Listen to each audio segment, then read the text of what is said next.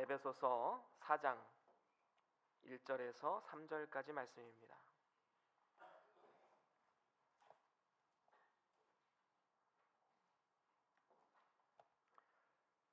우리 다 같이 한 목소리로 함께 합독하시겠습니다. 시작. 그러므로 주 안에서 갇힌 내가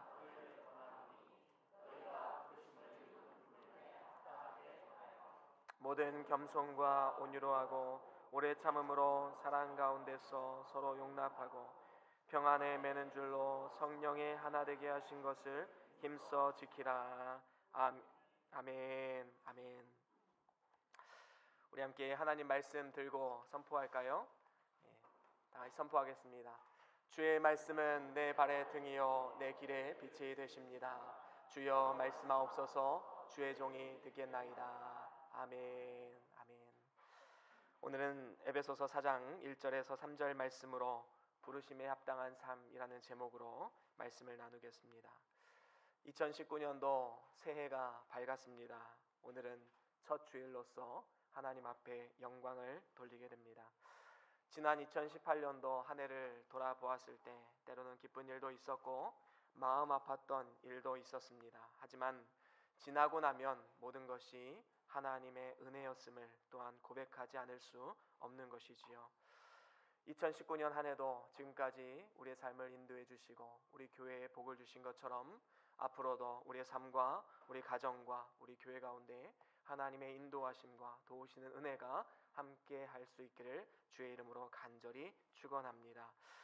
제가 후임 목사 자격으로 유학을 다녀오고 이제 우리 교회로 다시 부임한 지 이제 2년여가 지났습니다.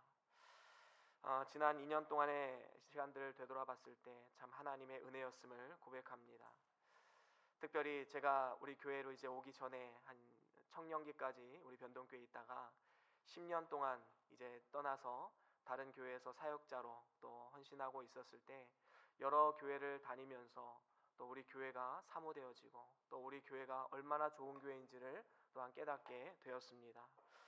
원로 목사님을 통해서 말씀으로 잘 훈련되었고 또 말씀에 순종하고 개인의 경건 훈련과 또 묵상 훈련, 이러한 훈련들이 아주 잘 되어 있는 아름다운 교회인 것입니다. 하지만 이렇게 장점이 많고 좋은 교회이지만 우리가 거기서 만족해야 되는가? 그것은 아니다라는 것이지요. 그래서 오늘 말씀은 어쩌면 달리는 말에 채찍을 가하는 그러한 마음으로 저와 여러분들이 이 말씀을 받아야 할 것입니다. 사실 우리 변동교회는 오랫동안 신앙생활을 함께 해온 분들이 참 많이 있습니다. 그래서 굳이 말이 필요 없는 분들, 오랫동안 교제했던 분들이 대부분입니다. 그 집에 숟가락이 몇 개인지 그리고 그 가정의 어려움은 무엇인지 속속들이 알고 있는 경우가 참으로 많이 있지요. 이렇게 우리들끼리는 가족 같고 친하지만 사실 이러한 이유로 인해서 외부에서 온 새 가족들이 우리 교회에 적응하기는 참으로 힘든 모습을 우리는 볼 수 있습니다. 물론 새 가족이 오면 사랑으로 잘 맞이해 주시고 섬겨 주시는 분들이 분명히 있습니다. 하지만 때로는 한편으로는 우리 교회는 참 사랑이 별로 없는 것 같다, 아니면 인사를 잘 하지 않는다, 이런 이야기들을 가끔 제가 들어요. 얼마나 마음이 안타깝고 마음이 아픈지 모릅니다. 우리가 가진 강점, 우리가 가진 하나님 말씀, 진리 너무나도 좋은 것이지만 그것을 우리 다른 사람들에게 선한 영향력으로 나타나지 않고 또 그들에게 하나님의 사랑을 증거하지 않는다면 이것은 어쩌면 고인물과도 같은 것이다 라고 우리는 볼 수 있는 것이지요. 저는 우리 변동교회가 정말로 하나님이 보시기에 복이 있는 교회, 선한 영향력을 이 지역사회 그리고 열방 가운데 흘러보내는 교회가 될 수 있기를 소원합니다. 이를 위해서는 우리 교회의 체질을 바꿔야 됩니다. 주변 사람을 대하는 태도, 관점, 이러한 것들이 분명히 변화되어야 합니다. 하나님은 우리에게 큰 복을 예비하고 계시는데 우리가 스스로 그 복을 막고 하나님 저 복 받기 싫어요, 이러한 모습으로 나아가면 얼마나 안타까운 모습입니까? 우리가 그릇이 되지 못해서 하나님 복을 받지 못한다면 너무나도 안타깝고 슬픈 일이지요. 이제 2월 첫 주부터 구역 모임이 재편성되게 됩니다. 새로운 구역장님도 세워질 것이고 구역 모임이 완전히 바뀔 것입니다. 그래서 특정 구역이나 아니면 새 가족들 중에서 올해 구역 배정을 받으신 분들을 제외하고는 모두 다 흩어버리는 것이 이번 구역 재편성의 목적입니다. 그래서 더 많은 분들과 교제하고 친해지시라고 이렇게 하는 것입니다. 사실 지금까지 친한 사람들끼리만 교제하고 친한 사람들끼리만 밥을 먹고 그렇게 함께 하다 보니까 우리 교회는 어느새 고인물이 되어버렸습니다. 고인물은 썩게 마련입니다. 우리는 분명히 알아야 됩니다. 우리 교회 그리고 우리 자신을 한번 진단해 볼 필요가 있다는 것이지요. 만약에 2월 첫 주에 발표되는 구역 편성표를 보면서 나는 이 사람과 정말 한 구역이 되기 싫다라고 말하시는 분들도 있을 수도 있을 것 같아요. 하지만 사실 이러한 말을 표현하는 것은 나는 그 사람을 환영하지 못해요 라는 말의 표현이지요. 그런데 반면에 이러한 표현은 우리의 가운데 어떻게 다가오는가? 나도 역시 환영받지 못하고 있다는 것을 분명히 알아야 되는 것입니다. 또 한편을 생각하면 그렇다라는 것입니다. 왜냐하면 이러한 마음을 가지고 누군가를 대하고 누군가와 교제를 한다면 그 사람도 어딜 가나 환영받을 수가 없기 때문입니다. 누군가를 미워하고 증오하고 싫어하는 그 마음으로 어떻게 다른 사람을 축복하고 환영해 줄 수가 있겠습니까? 그리고 그런 마음을 가지고 어떻게 다른 사람이 나를 환영해 주고 나를 축복해 주기를 바라겠습니까? 저는 우리 변동교회 성도들에게 한 가지 소망이 있습니다. 이것은 여러분들이 어디를 가든지 누구를 만나든지 상대방을 축복하고 환영할 수 있는 사람, 그리고 상대방으로부터 축복을 받고 환영받을 수 있는 사람이 되는 것입니다. 신명기 28장에 보면 이런 말씀이 있지요. 내가 내 하나님 여호와의 말씀을 삼가 듣고 내가 오늘날 내가 명하는 그 모든 명령을 지켜 행하면 내 하나님 여호와께서 너를 세계 모든 민족 위에 뛰어나게 하실 것이라. 그러면서 28장 6절에 보면 이렇게 말씀합니다. 함께 읽어보겠습니다. 시작. 네가 들어와도 복을 받고 나가도 복을 받을 것이니라. 아멘. 그렇습니다. 저는 우리 모든 성도님들이 이러한 복이 있기를 원합니다. 어디를 가든지 환영받고 존경받고 이분과 함께하고 싶다라는 이러한 마음이 들 수 있는 그러한 축복의 사람, 다시 말하면 들어가도 복을 받고 나가도 복을 얻는 그러한 축복의 사람, 그리고 우리 변동교회 되는 것이 바로 저의 소원입니다. 이를 위해서 우리는 어떠한 삶의 자세로 나아가야 하는가? 오늘 성경 말씀을 통해서 하나님은 우리에게 부르심에 합당한 삶을 살아가야 한다라고 말씀하고 있음을 우리는 볼 수 있습니다. 오늘 말씀, 본문 말씀 1절입니다. 같이 한번 읽어볼까요? 오늘 본문 1절 말씀입니다. 시작. 그러므로 주 안에서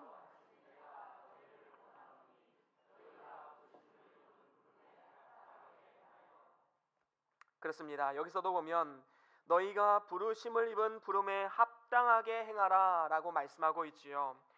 사실 우리가 우리의 인생을 되돌아보면은 죄가 많고 참 허물이 많은 인생입니다. 상처와 슬픔이 많은 인생이지요.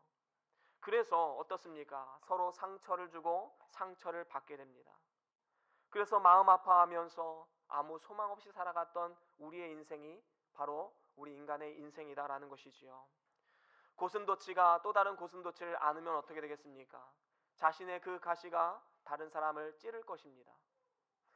이것과 마찬가지로 우리 마음 가운데 있는 상처, 죄, 여러 가지 슬픔, 고통, 이러한 것들이 다른 사람들에게 찌르는 이러한 영향력으로 나타나서 또 누군가에게 상처를 주고 죄 때문에 서로 악한 영향력을 주고 받을 수밖에 없는 것이 바로 죄악된 우리 인간의 모습인 것입니다.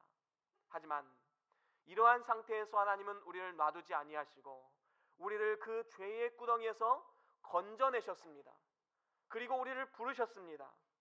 이 부르심은 하나님께서 친히 선택하셔서 하나님의 은혜로 말미암아 부르신 부름입니다. 우리가 자격이 있어서 선택을 받은 것이 아니라 오직 하나님의 은혜로 선택을 받은 것이지요. 그리고 그 이름을 믿는 자에게 하나님의 자녀가 되는 권세를 주셨다라고 성경은 우리에게 말씀해주고 있습니다. 이것이 바로 하나님의 컬링, 다시 말하면 하나님의 부르심입니다. 하나님 우리를 불러주셨습니다. 그런데 중요한 것은 하나님의 부르심에는 분명한 이유와 목적이 있다는 것입니다. 만약에 나 구원받았네, 너 구원받았네, 우리 구원받았네, 이 구원의 기쁨만 찬양하면서 나 혼자서 그것을 만족하고 기뻐한다면 하나님께서 왜 우리를 이 땅 가운데 놔두실까요? 구원받는 즉시 속히 하나님 나라로 데려가면 얼마나 좋을까요? 하지만 하나님께서는 우리가 구원받은 하나님의 자녀로서 이 땅 가운데 10년, 20년, 30년, 50년, 100년 이 시간 동안 우리를 이 땅 가운데 놔두십니다. 왜 그렇습니까? 하나님께서는 우리에게 사명을 주셨기 때문입니다. 우리는 구원의 은총을 입은 자로서 이제 삶의 향기를 통해서 들어가도 복을 받고 나가도 복을 얻는, 그래서 복의 통로로서 복의 근원으로서 우리에게 사명을 주셨기 때문에 우리가 심겨진 그곳에서 선한 영향력이 나타나고 하나님의 사랑이 전파되는 그러한 복의 통로로 우리는 쓰임을 받아야 되는 것입니다. 우리가 진정으로 부르심에 합당한 삶을 살아가기를 원한다면 우리는 하나님의 자녀로서 거룩하신 예수 그리스도의 성품을 닮아가야 되는 것입니다. 그래서 오늘 말씀에 부르심에 합당한 삶을 살아간다라는 것은 또 한편으로는 그리스도의 성품을 닮아가는 삶이라고 정의해 볼 수 있습니다. 우리가 정말로 부르심을 입었다면 이제는 그리스도의 성품을 닮아가며 나의 인격과 삶이 달라지고 나의 삶을 통해서 그리스도의 향기가 나타나는 그러한 삶을 살아가야 되는 것입니다. 여러분 한번 생각해 보십시오. 아이들은 부모를 닮아야 됩니다. 그런데 이상하게 이상한 옆집 부모를 닮아간다고 생각해 보십시오. 이거는 문제가 있는 것이지요. 여러분, 우리는 하나님으로부터 나와서 하나님으로부터 출생한 하나님의 자녀들입니다. 그런데 우리의 삶이 점점 더 사단을 닮아간다, 거짓의 아비, 그리고 이간질의 마왕, 이러한 사단을 닮아간다. 우리의 삶은 심각한 문제가 있는 것입니다. 여러분, 우리는 올 한 해 목표를 이렇게 잡았으면 좋겠습니다. 그리스도의 성품을 닮아가자. 여러분, 올 한 해 말씀 주시는 말씀 이 앞에 걸어 놓았지요. 이 말씀을 가지고 올 한 해 동안에 나의 삶을 들여다보고 어떻게 하면 내가 그리스도의 성품을 닮아갈 수 있을까? 우리는 이 고민을 해야 되는 것입니다. 우리 옆에 계신 분들 한번 축복할까요? 올 한 해 동안 그리스도의 성품을 한번 닮아가 봅시다 라고 한번 축복합시다. 그리스도의 성품을 닮아갑시다. 그리스도의 성품을 닮아갑시다. 그리스도의 성품을 닮아갑시다. 그렇습니다. 오늘 말씀 3절 마지막에 보면은 이런 말씀이 있지요. 힘써 지키라라고 되어 있습니다. 우리가 정말로 부르심에 합당한 삶을 살아가기 위해서는 힘써 지켜야 할 것이 있습니다. 힘을 다해서, 우리의 정성을 다해서, 마음을 다해서 지켜야 될 것이 있지요. 그래서 오늘 말씀을 통해서 저는 4가지로 간단하게 한번 살펴보고자 합니다. 우리가 정말로 그리스도의 성품을 담기 위해서 힘써야 할 것, 첫 번째는 겸손해야 된다라는 것이죠. 겸손하기를 힘쓰라라는 것입니다. 2절 상반절에 보면 이렇게 말씀하지요. 모든 겸손과 온유로 하라라고 말씀하고 있지요. 여기서 진정한 겸손이라는 것은 자신의 부족함을 아는 자입니다. 로마서 7장 18절에 보면 이런 말씀이 있습니다. 우리 같이 한번 읽어볼까요? 로마서 7장 18절입니다. 우리 다 같이 함께 읽어보겠습니다. 18절 19절 시작. 내 속 곧 내 육신에 선한 것이 거하지 아니한 줄을 아노니 내가 원하는 바 선은 하지 아니하고 도리어 원치 않은 바 악은 행하는도다. 아멘. 그렇습니다. 지금 사도 바울은 뭐라고 고백하는 것입니까? 내 마음 가운데 정말로 선한 것이 없구나. 내 육체 가운데 선한 것이 없기 때문에 다른 사람들에게 도리어 원치 않는 바 악을 행하고 있다. 여러분, 다른 사람을 미워하고 싶어서 미워하는 사람이 어디 있을까요? 다른 사람의 고통을 즐겨하는 사람이 어디 있을까요? 하지만 우리의 연약한 인생은 다른 사람을 미워하기도 하고 때로는 나에게 핍박하고 나를 힘들게 하는 사람의 어떤 잘못되는 일들을 보면서 통쾌한 마음을 갖기도 합니다. 이러한 어리석음, 이러한 불순종, 이러한 불신앙적인 모습이 우리에게 있다라는 사실이지요. 사실 사람은 남의 부족함을 그리고 결정을 찾아내는 것은 너무나도 쉽습니다. 하지만 자신의 부족함과 자신의 결점을 아는 것은 참으로 어려운 일이지요. 그래도 나만큼 살았으면 그래도 하나님 기뻐하시지 뭐. 나만큼 살아보라고 해. 사람들이 정말로 기뻐하지 않겠어? 우리는 나 자신에 대해서 굉장히 관용하는, 관대한 잣대를 대는 그러한 어리석음을 범할 때가 많이 있습니다. 하지만 우리는 분명히 알아야 됩니다. 하나님을 보고 나를 보면 나의 죄성이 다 드러나게 됩니다.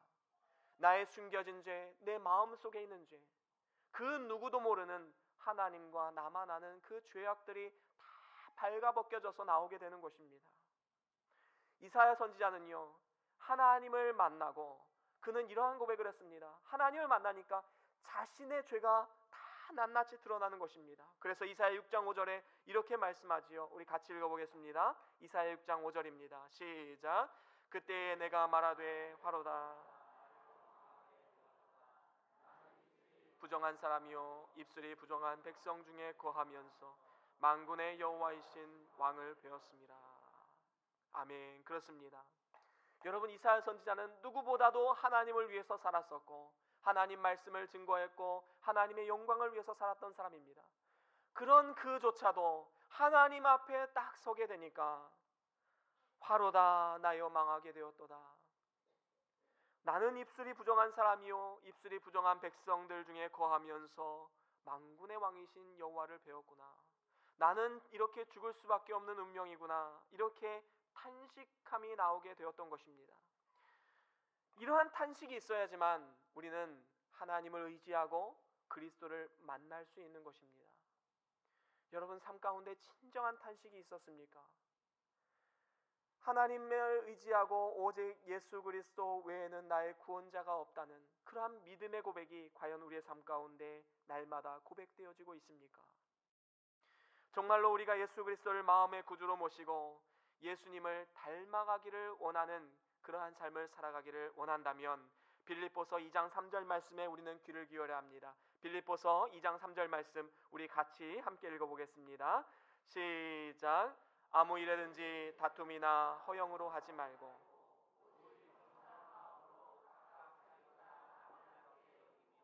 아멘. 그렇습니다. 다툼이나 허영으로 하지 말고 겸손한 마음으로 뭐라고 말씀합니까? 각각 그렇습니다. 자기보다 다른 사람을 더 낮게 여기라. 이렇게 말씀하고 있습니다. 우리가 어떻게 하면 자기보다 남을 낮게 여길 수 있을까요? 다른 사람을 나보다 더 높이 여길 수 있는 비결은 다른 사람의 단점만 보지 말고 다른 사람이 가지고 있는 장점, 강점을 보면서 살아가는 것입니다. 이것이 참된 겸손이지요. 나의 장점을 보고 다른 사람의 단점을 보는 사람은 교만한 사람입니다. 하지만 나의 단점을 보고 다른 사람의 장점을 보는 사람이 진정한 참된 겸손한 사람이다라는 것이지요. 사실 누구라도 단점이 없는 사람은 없습니다. 그래서 그 사람의 단점을 들춰서 상대방에게 상처를 주는 것이 아니라 다른 사람의 장점을 보고 나보다 그 사람을 더 높이 여기는 그러한 삶, 그리고 다른 사람을 더 존경하는 그러한 축복의 삶을 우리는 살아가야 하는 것입니다. 이것이 바로 부르심에 합당한 삶이고 예수 그리스도께서 우리를 위해서 이 땅 가운데 오신 이유와 목적, 그리고 예수님의 겸손을 닮아가는 길이다라는 것입니다. 그런가 하면 두 번째로는 온유하기를 우리는 힘써야 됩니다. 온유하기를 힘써라. 2절 상반절에 보면 겸손과 온유로 하라 라고 말씀하시면서 온유라는 단어가 등장하지요. 우리 예수님은 마태복음 11장 29절에 말씀하는 바와 같이 겸손하시고 온유하신 분이십니다. 이러한 진정한 온유는 무엇인가? 여러분, 진정한 온유는요, 자기 부인입니다. 자기를 부인하는 삶이 진정한 온유이지요. 예수님께서 이렇게 말씀하셨습니다. 마태복음 16장 24절 말씀입니다. 우리 함께 같이 읽어보겠습니다. 마태복음 16장 24절 함께 읽겠습니다. 시작. 이에 예수께서 제자들에게 이르시되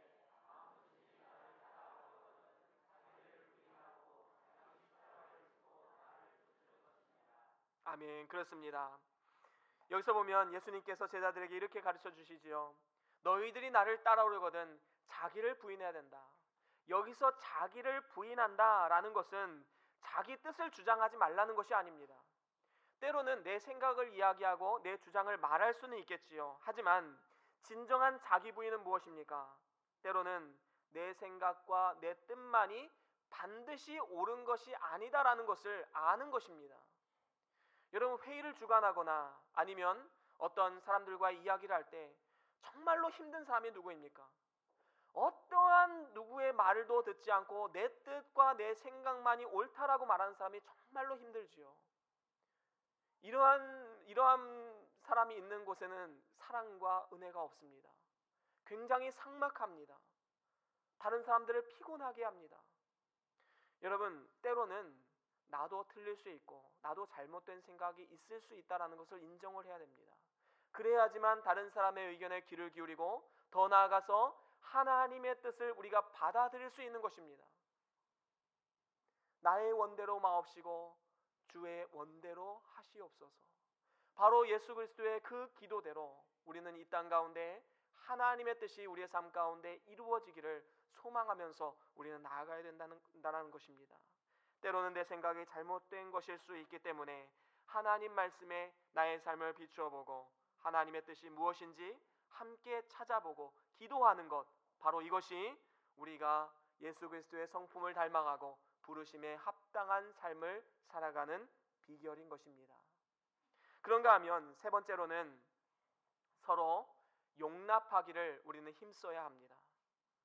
2절 하반절에 보면 오래 참음으로 사랑 가운데서 서로 용납하라 라고 말씀하고 있지요.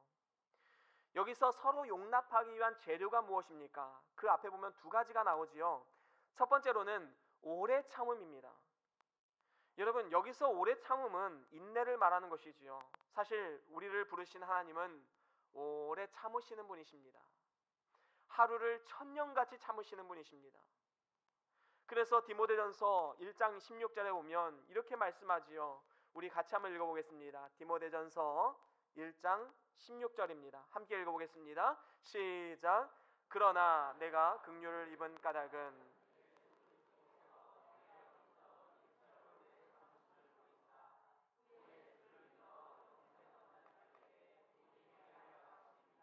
그렇습니다. 여기서 보면 사도 바울의 이 고백이 무엇입니까? 예수 그리스도께서 나에게 먼저 1절 오래 참으심으로 본을 보이셨다. 예수님께서 나에 대해서 인내하시고 참아주셨기 때문에 지금의 내가 있는 것이다 라고 고백하고 있는 것이지요. 그러면서 그 뒤에 뭐라고 말씀합니까? 이는 주를 믿어 영생 얻는 자들에게 본이 되게 하시려 하심이다 라고 말씀하고 있습니다. 여러분, 예수님께서 우리를 향해서 오래 참으시고 인내하신 것은 우리가 또한 이 땅 가운데 우리 주변 사람들에게 어떠한 삶의 자세로 다가가야 되는지 우리에게 보여주고 있는 것입니다.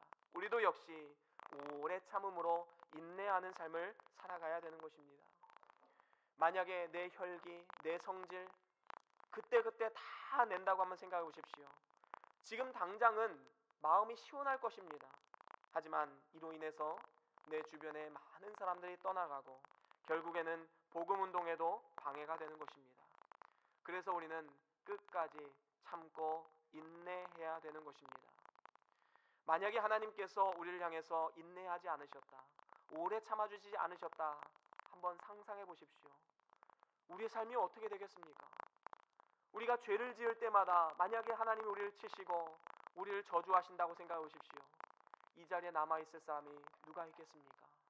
아마도 단 한 사람도 이 자리에 나올 수 없을 것입니다.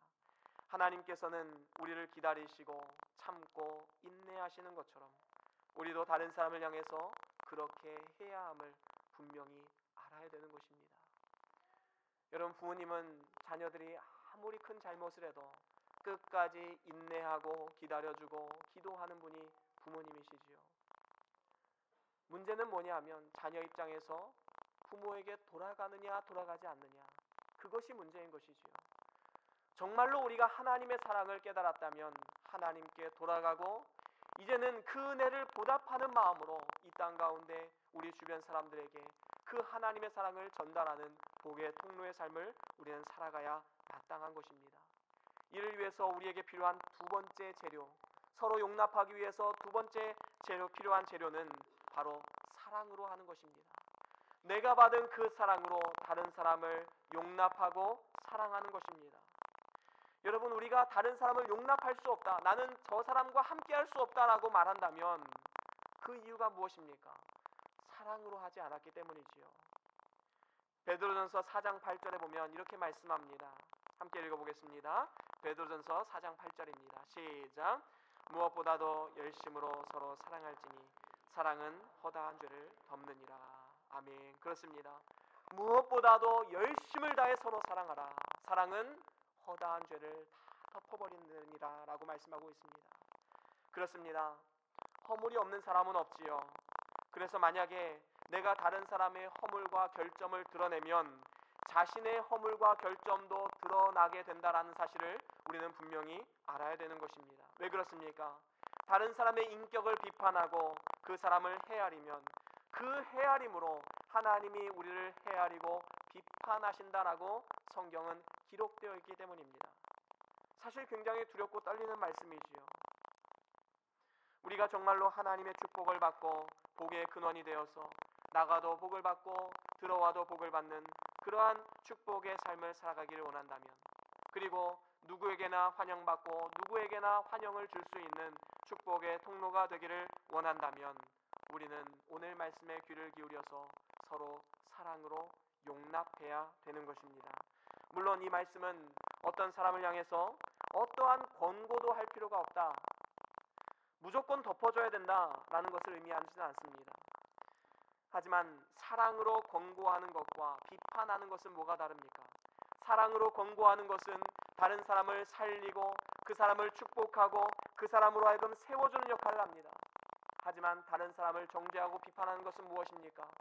다른 사람을 죽이고 그 사람을 좌절하게 만들고 그 사람을 슬픔과 고통에 빠져들게 만드는 것입니다.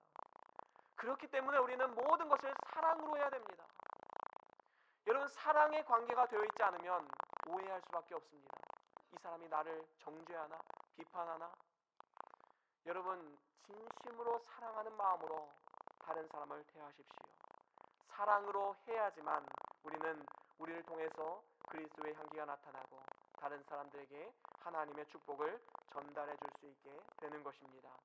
우리는 이러한 하나님의 성품, 그리스도의 성품을 본받아서 우리도 범사에 사랑으로 해야 됩니다.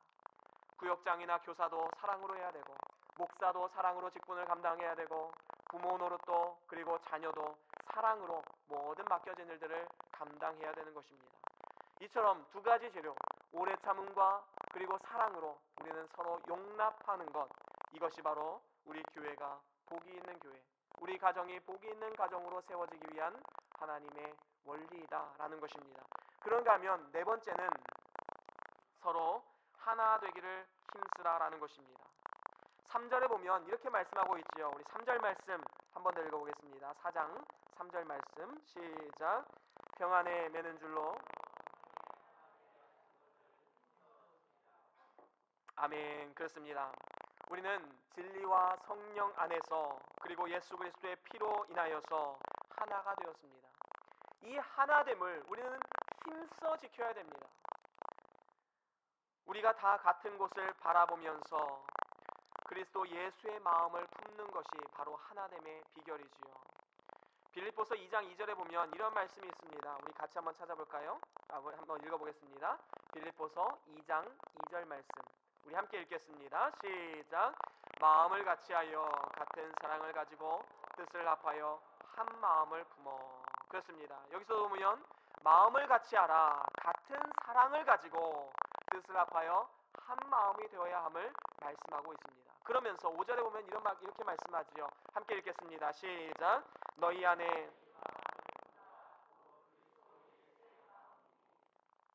그렇습니다. 너희 안에 이 마음을 품으라 곧 그리스도 예수의 마음이다 라고 말씀하고 있습니다.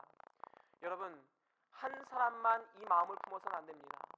우리 모두가 다 같은 마음을 품고 나아가야지만 우리는 하나가 될 수 있는 것입니다. 부부가 하나가 되기 위해서는 한 사람만 잘해서는 안 됩니다. 부부가 함께 노력해야 되는 것이지요. 왜 당신은 내 말대로 따르지 않나? 라고 상대방을 다그치면 그건 잘못된 것입니다. 여러분, 오늘날 교회에서 아버지 학교, 어머니 학교를 많이 합니다. 그런데 사실 아주 좋은 운동이긴 하지만 이것에 한 가지 맹점이 있어요. 한 사람만 한다는 것이지요. 그러면 아버지 학교를 들었어요. 그러면 이 아버지 학교로 막 은혜를 받고 내가 이렇게 해봐야겠다라고 막 거룩한 열정이 생깁니다. 집에 가서 적용을 하려고 해요. 그런데 아내가 따라주지 않는 거예요. 자녀들이 따라주지 않는 겁니다. 여러분, 가정이 하나가 되기 위해서는 같은 마음, 한 마음이 되어야 된다는 것이지요. 그래서 같이 하나님 말씀을 받고 그 말씀을 함께 적용하고 그 말씀대로 함께 나아가는 것, 이것이 바로 복이 있는 가정, 복이 있는 교회로 세워지기 위한 하나님의 원리인 것입니다. 저와 여러분들이 모두가 예수 그리스도의 마음을 품어서 같은 곳을 바라보고 같은 주를 의지하고 주와 함께 동행하는 2019년도 한 해 될 수 있기를 주의 이름으로 간절히 축원합니다. 사랑하는 우리 변동교회 성도 여러분, 우리가 정말로 복이 있는 삶과 복이 있는 교회로 한 단계 성숙되기를 원하십니까? 그래서 누구라도 환영하고 누구에게나 환영받는 복이 있는 삶, 그리고 복이 있는 가정, 복이 있는 교회가 되기를 원하십니까? 그렇다면 우리는 올 한 해 동안에 우리의 체질을 바뀌어야 됩니다. 지금까지 묵은 때를 내려놓고 이제는 우리가 더욱더 사랑과 친절로서 나아가야 된다는 것이지요. 하지만 오늘 말씀을 들었음에도 불구하고 끝까지 우리를 괴롭히는 마음들이 있을 것입니다. 오늘 여러분들이 집에 가서 오늘 말씀을 다시 한번 쭉 되새겨 보시면요, 사단은 우리에게 이렇게 유혹할 것입니다. 목사님, 오늘 설교 다 이해되고 그렇게 살아야 되는 거 다 알고 있어.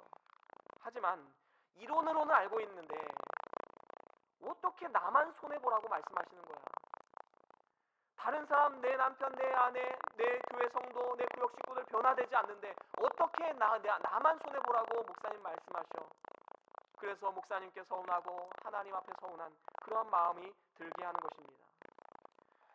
목사님은 그런 일 당해보지 않아서 그렇지 뭐. 내가 당하니 한번 당해보라고 해. 나에게 그 마음에 그 칼날 같은 그 상처를 준 그 사람까지 내가 어떻게 용서하고 용납할 수 있어? 목사님 그런 거 경험해보지 않아서 모르는 거야. 사단은 오늘도 우리를 이렇게 유혹할 것입니다. 물론 이러한 생각은 지극히 보편적이고 정상적인 생각이긴 합니다. 이 세상의 원리는 그렇기 때문입니다. 이 세상의 원리는 한 대 때리면 두 대로 갚아줘야 속 시원한 것이지요. 나를 힘들게 하는 사람은 망해야지 속 시원한 것입니다. 하지만 하나님의 원리는 그렇지 않습니다. 우리는 하나님 나라에 소속된 사람으로서 우리는 이 세상의 보편적인 생각과 정상적인 생각을 뛰어넘어야 됩니다. 또 다른 차원의 생각을 해야 된다는 것이지요. 우리의 기준은 무엇입니까? 그리스도의 장성한 분량에 이르기까지 자라나는 것입니다. 그리스도의 성품을 닮아가는 것입니다. 절대로 그 자리에서 머물러서는 안 됩니다.